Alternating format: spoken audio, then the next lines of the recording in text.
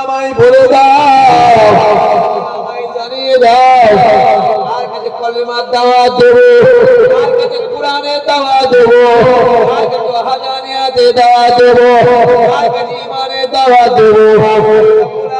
আল্লাহ এই মক্কা জমিনে আমি কলেমার দাওয়াত দে, কোরআনের দাওয়াত দে, আল্লাহ আমার কথা কেউ শোনে না, আল্লাহ আমার কাছে কেউ আসে না। রব্বুল আলামিন আল্লাহ চার কাজে যায়, সে উঠে চলে যায়।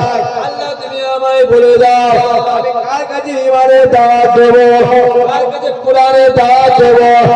ইমানের দরওয়াজা খুলে যায়, আওয়াজ আসতে লাগে আমার হাবিব রে,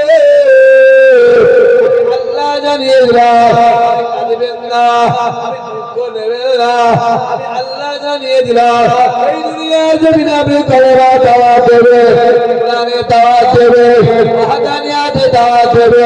আপনার কথা তো শ্রোতা শোনো, আল্লাহ আর সে বসে আপনার কথা শুনবো। আরো ধরে হবে না,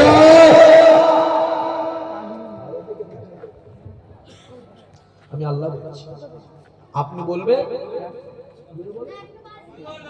আমি আল্লাহ শুনবো, আপনি বলবেন আমি আল্লাহ। কার যুবকগুলো জীবনে হাত পা দিবি, কারণ জীবনে চাই, জীবনে দরকার যেটা হবে আল্লাহ দাও না, আল্লাহ দাও। খোদার কসম আমার আল্লাহ বান্দার মনের আশাকে পুরা করে দেবে।